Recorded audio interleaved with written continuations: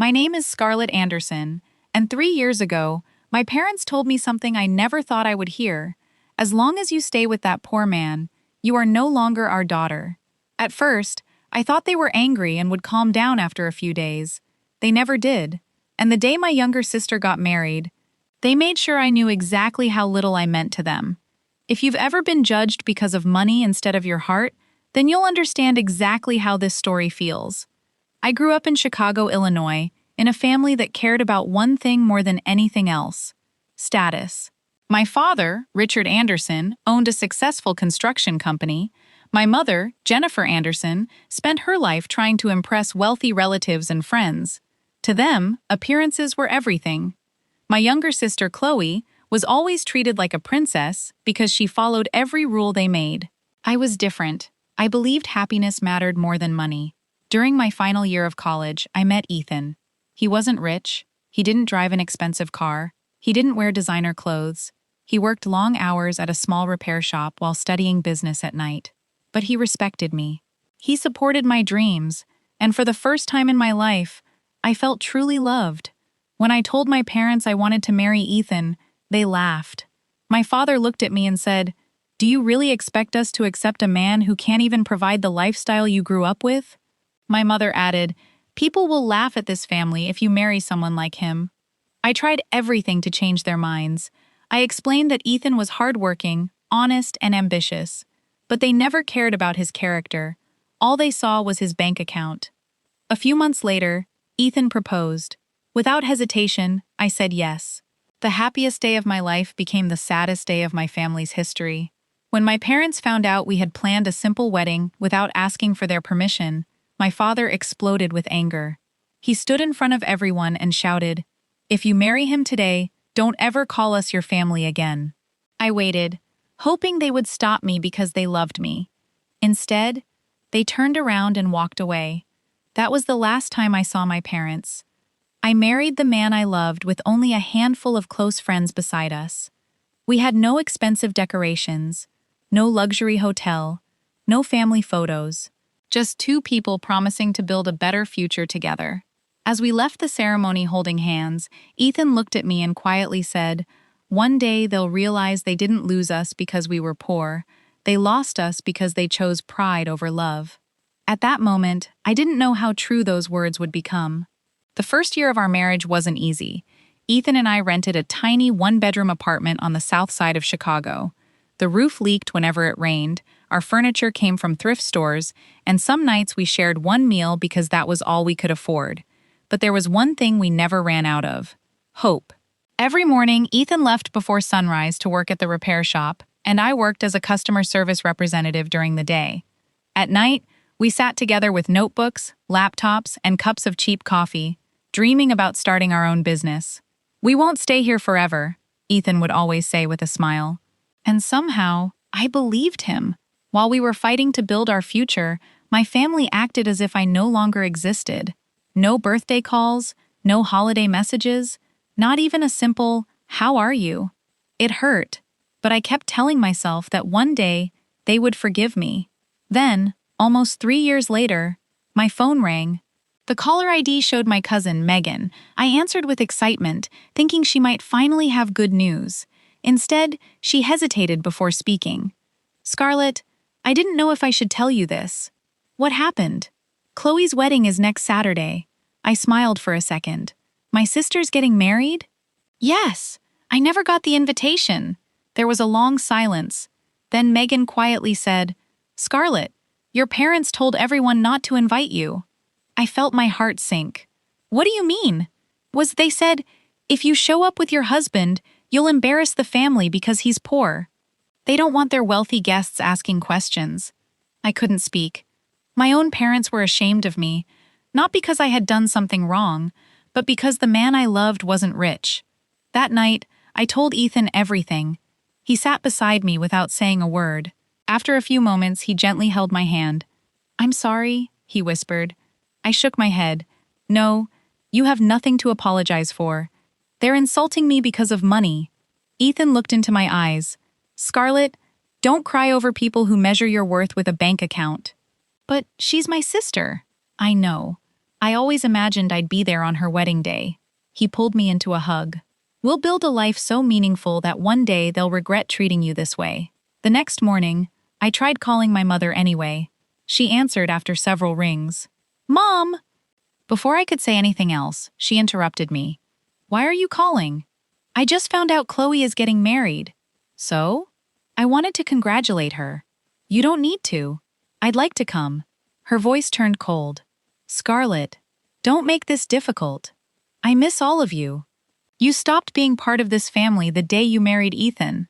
Tears rolled down my face. He's my husband. And he's poor. There was another painful silence before she said the words I will never forget.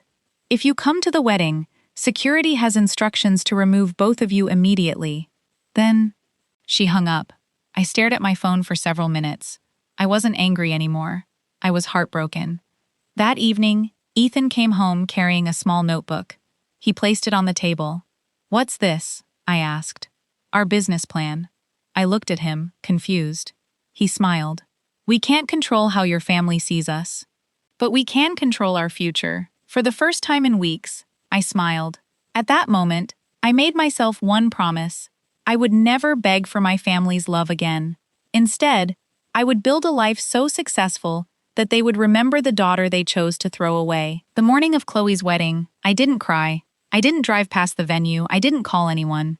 Instead, Ethan and I sat at our tiny kitchen table with 2 laptops, stacks of notes, and one goal. If my family thought money determined a person's worth, then we would prove that hard work could build everything they believed we lacked. We invested every dollar we had saved into a small home services business. At first, it was just the 2 of us. Ethan handled the fieldwork, and I answered customer calls, managed appointments, invoiced clients, and promoted our business online.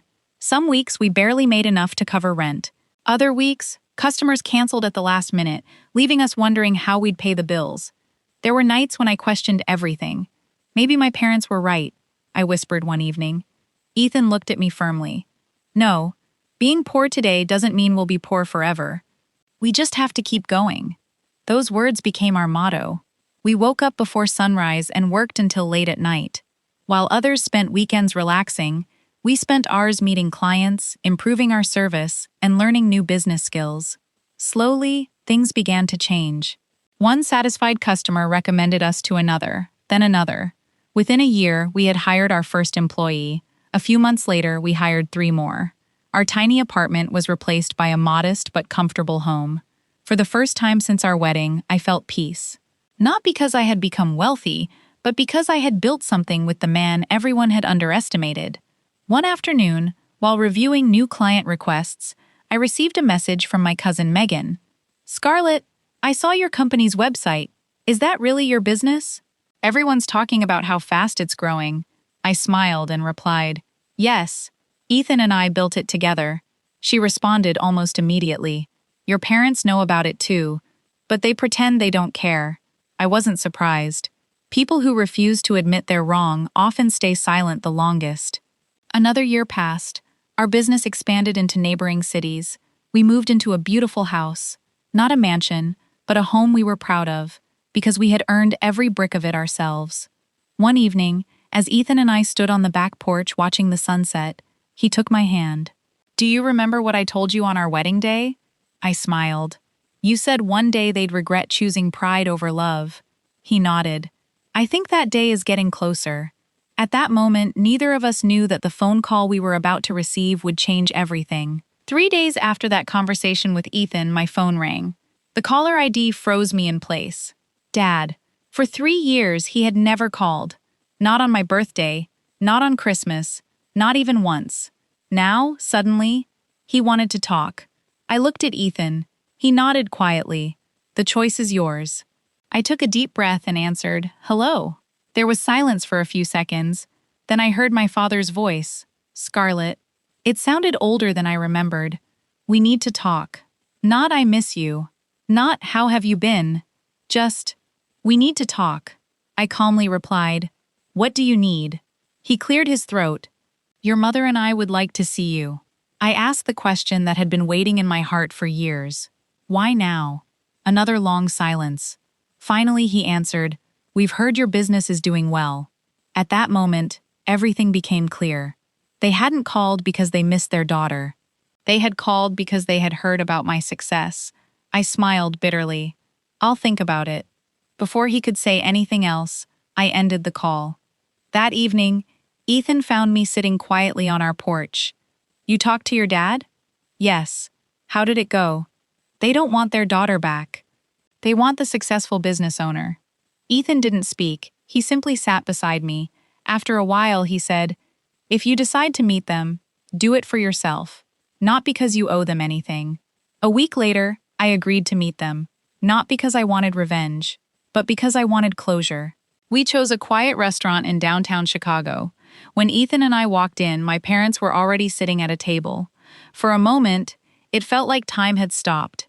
My mother looked at me with surprise, not because she was happy to see me, but because I no longer looked like the girl they had rejected. I walked confidently. My husband stood proudly beside me, the same man they once called a failure. After an awkward greeting, everyone sat down. My father forced a smile. You look successful. I smiled politely. We've worked very hard. My mother looked at Ethan for the first time in years. So, you're still together? Ethan answered with complete confidence. Yes, happily married. There was another uncomfortable silence. Then my father finally revealed the real reason for the meeting. Our company has been struggling. I stayed quiet, he continued. We lost several major contracts. We're facing serious financial problems. I listened without interrupting, then he looked directly at me. We heard your company has grown a lot. I already knew what was coming. We were hoping that you might invest in the family business. For a few seconds, nobody spoke. The same people who had disowned me because my husband was poor were now asking that poor couple to save them. I looked at Ethan, then back at my parents. I smiled gently and said, I'm sorry, but I don't mix business with people who once told me I wasn't family. My father's face turned pale. My mother looked shocked. I stood up, thanked them for the meal, and reached for Ethan's hand. As we walked toward the exit, I heard my father call my name. Scarlett, please. I paused, but I didn't turn around, because for the first time in my life, they knew exactly how rejection felt. After that meeting, I thought everything was over. I believed my parents would finally understand that some wounds don't disappear just because time passes. But I was wrong. A week later, my cousin Megan called again. Scarlett, I need to tell you something. What happened? I wasn't supposed to say this, but you deserve to know. I stayed silent.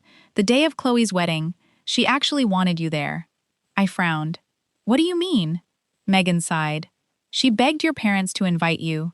She cried and said, she's my sister. I don't care how much money Ethan has. I felt my chest tighten. Then why didn't she call me herself?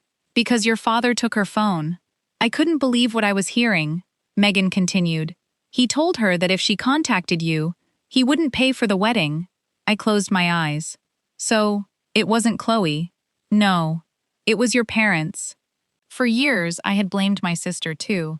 Now I realized she had been trapped just like I once was. 2 days later, I received another unexpected call. This time, it was Chloe. As soon as I answered, I heard her crying. I'm so sorry, Scarlett. I couldn't say a word. I wanted you at my wedding. I begged them. I even told them I would cancel everything if they didn't invite you. But Dad threatened me. Tears rolled down my face. I thought you hated me. I never hated you, she sobbed. I just wasn't brave enough to stand against them the way you were.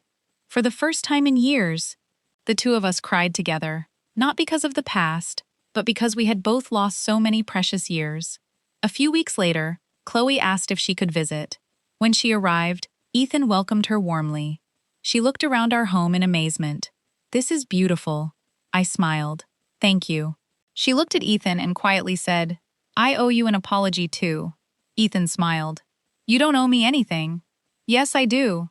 I judged you before I even knew you. You proved all of us wrong. The afternoon was filled with laughter, memories, and tears. For the first time since my wedding, I felt like I had my sister back. Before leaving, Chloe hugged me tightly. Then she whispered, Mom and Dad still don't understand what they did. I looked at her calmly. Maybe one day they will. She nodded. but I think they're about to lose more than their business. What do you mean? They're losing everyone who ever loved them. As I watched her drive away, I realized something important.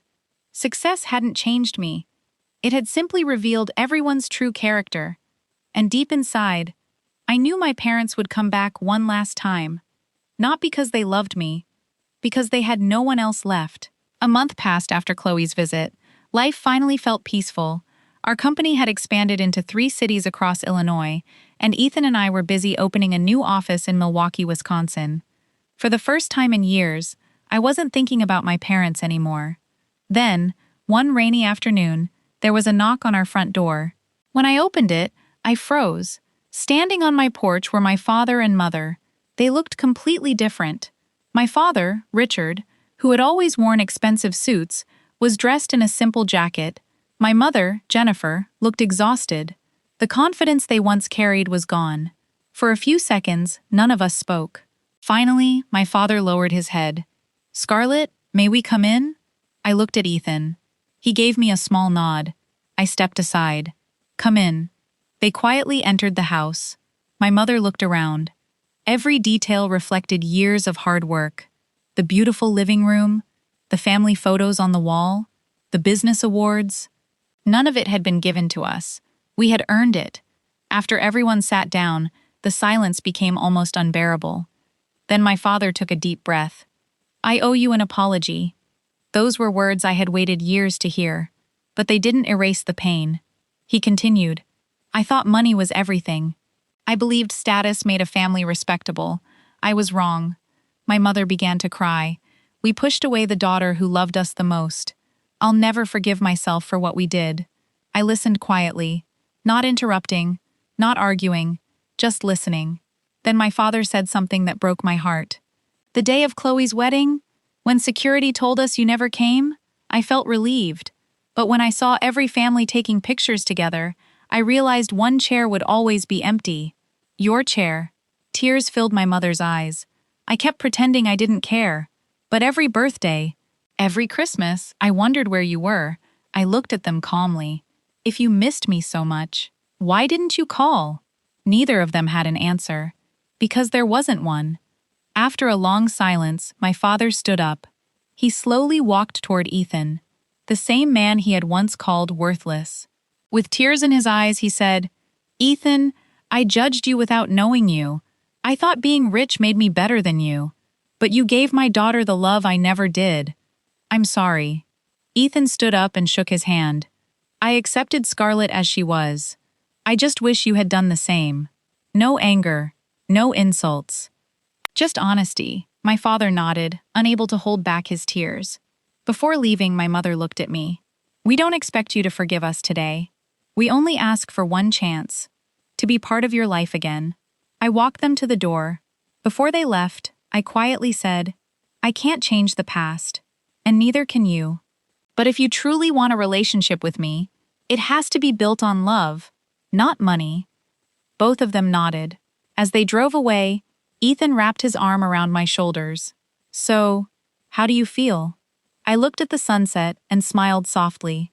For the first time in years, I don't feel angry. I just feel free. 2 months after my parents visited our home, I received another call from Chloe. This time, her voice sounded happy. "Scarlett, Grandma is turning 80 next weekend." I smiled. "That's wonderful. She has one wish." "What is it?" "She wants the entire family together." I stayed silent. "I know this is difficult," Chloe said gently, "but Grandma has no idea how much happened between us. She keeps asking why her family has been divided for so many years." I looked at Ethan. "What do you think?" He smiled.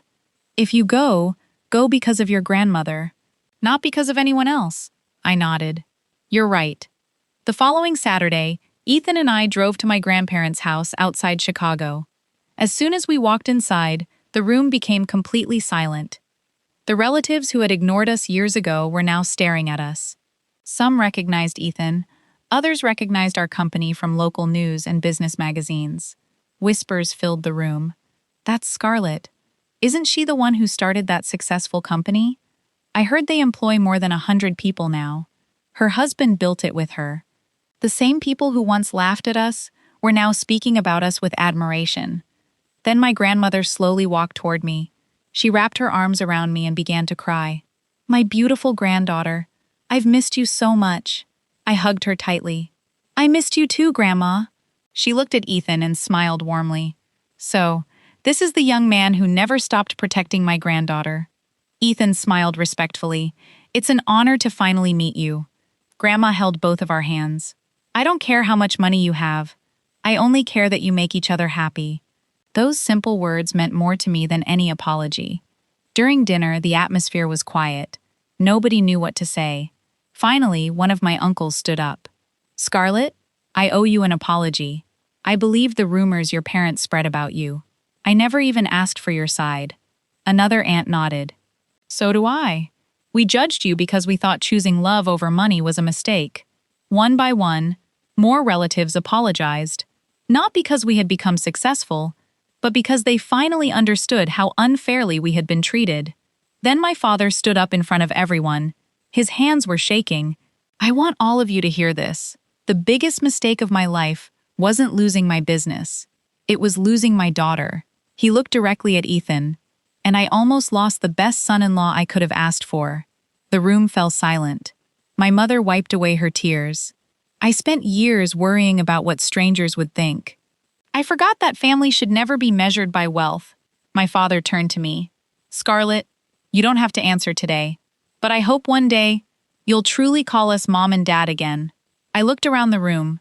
Years ago, I had dreamed of hearing those words. Now they were finally here. But the greatest victory wasn't watching them apologize. It was realizing I no longer needed their approval to feel complete. I smiled softly, and for the first time in years, the Anderson family sat at one table together, not because of money, but because pride had finally been replaced by love. A few weeks after my grandmother's birthday, my father asked if he and my mother could visit us again. This time, they didn't come to ask for money. They didn't come to ask for help. They came with a small photo album. My mother placed it on the coffee table with trembling hands. "I've kept these for years," she said. Inside were pictures of me as a little girl, my first day of school, my graduation, family vacations. Then there was one empty page. I looked at my mother. She smiled through tears. "There isn't a single wedding photo of you, because we chose our pride instead of our daughter." No one spoke.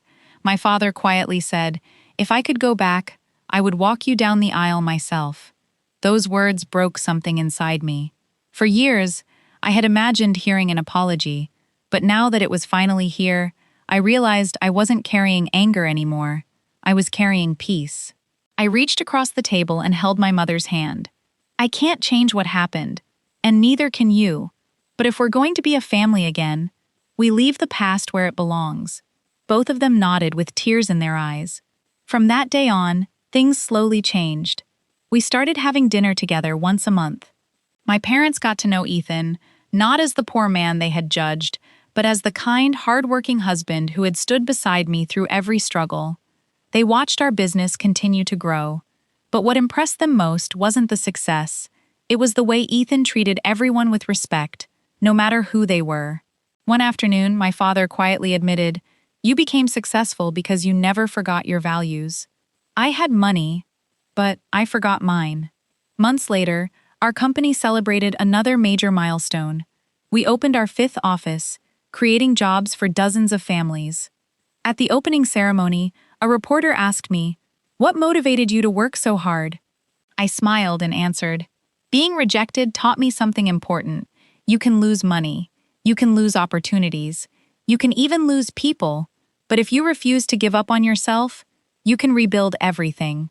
The reporter smiled. "So, what was your revenge?" I looked at Ethan, who was standing proudly beside me. Then I answered, "I didn't build this business to get revenge. I built it to create the life people said we would never have. And that's the greatest victory of all." As we drove home that evening, Ethan reached for my hand just like he had on our wedding day. He smiled and said, "I told you they'd regret choosing pride over love." I laughed softly. "You were right." He looked at me and asked, "If you could go back, would you change anything?" I looked out the window at the sunset over Chicago. For a moment, I thought about every tear, every rejection, every sleepless night. Then I smiled. No, because if they hadn't rejected us, we might never have discovered how strong we really were. Today, I don't tell this story because my parents were wrong. I tell it because someone listening might feel rejected by the people they love. If that's you, remember this: never let someone else's opinion decide your future. The people who laugh at your struggles today may one day admire the life you build tomorrow. And sometimes, the best revenge isn't making others suffer. It's proving that kindness, hard work, and love will always be worth more than money.